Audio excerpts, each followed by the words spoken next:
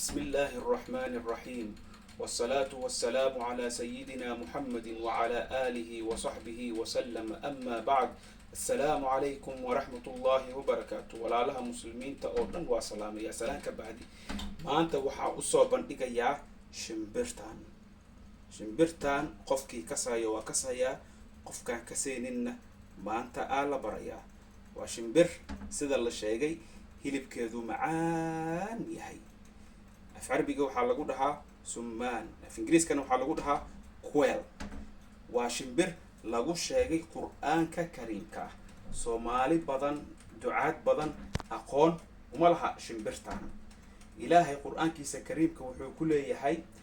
وظللنا عليكم الغمام وأنزلنا عليكم المن والسلوى كلوا من طيبات ما رزقناكم وما ظلمونا ولكن كانوا أنفسهم يظلمون إلهي وحود حي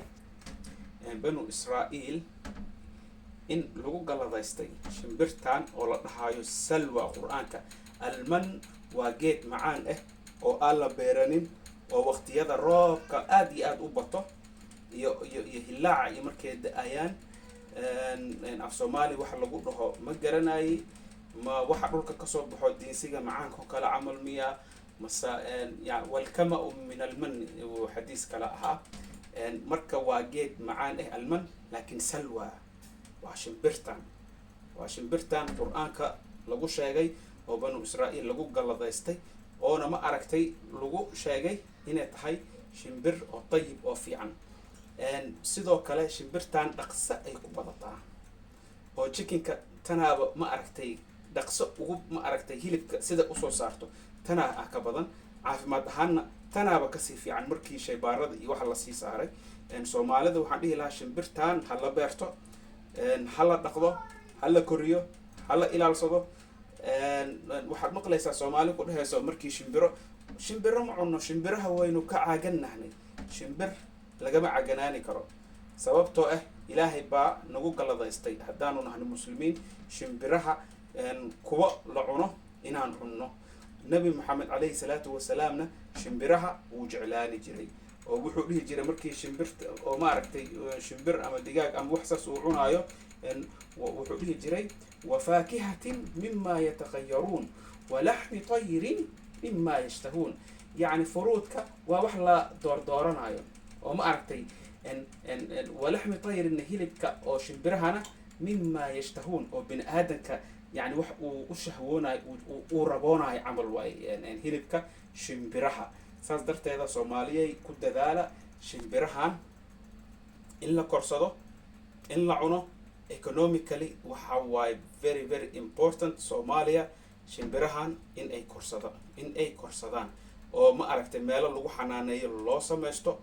waa very very important quraanka lagu sheegay caafimaadna way tahay la dhahay ku dadaala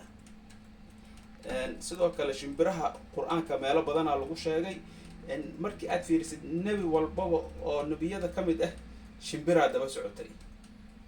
yani shimbira daba socotay waxaan ka wadaa nabi maxamed markuu ma aragtay hijradii sameynayay oo galay meeshii maxaa la dhahay godka shimbir meesha joogto oo kuma ku samaysatay nabi aadam ilmihiisa markay isdileen qaabil iyo haabil waxay ka barteen sida dadka loo duugo shimbir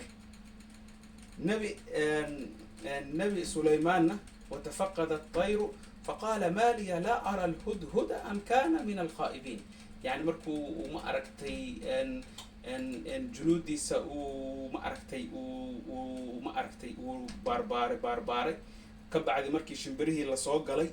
شمبريه دن مركو اركي وحو واي هدهدكي وما اركت وتفقد الطير فقال ما لي لا ارى الهدهد يعني ايش يا قبتي او وحا ايش قبنايانا وحا واي وح او ما اركتي او قفك لا سocdo oo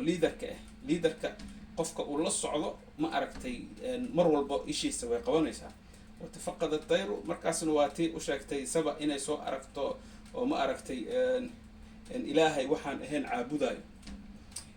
sidoo kale Allahu المستعان نبي داود محل هاي مركو تسبيح سنايو شمبرها هلا تسبيح سناي محل هاي نبي يوسف مركي ريدي سأو فسراي مركو سجك وكجري محل هاي نينكي كوريوضي أسيقو ما أركتي مدحيسة كوركيسة شمبر كعنيس الروتي وأفسر شمبرتي وفسري marka maxal dhahaayay nabi nuux xataa waxaa la sheegaa markii uu xoolaha dhan uu safiiladiisa ku aruuriyay oo dhulkii iyo cirkii isqabsadeen biyo markaas ay badda ku jireen intaasoo ma aragtay intaasoo waqti markay ku jireen si ay ku ogaadaan dhulkii inuu ma aragtay uu caradii soo gaaray shimbirtii aadaliil u noqotay marka maanta cajalka intaas ku soo koobaya wassalaamu calaykum waraxmatullaahi wabarakaatuh shimbirtaanna hala dhaqdo soomaaliyay shimbirtaan aad iyo aad u fiican tahay wassalaamu calaykum waraxmatullaahi wabarakaatuh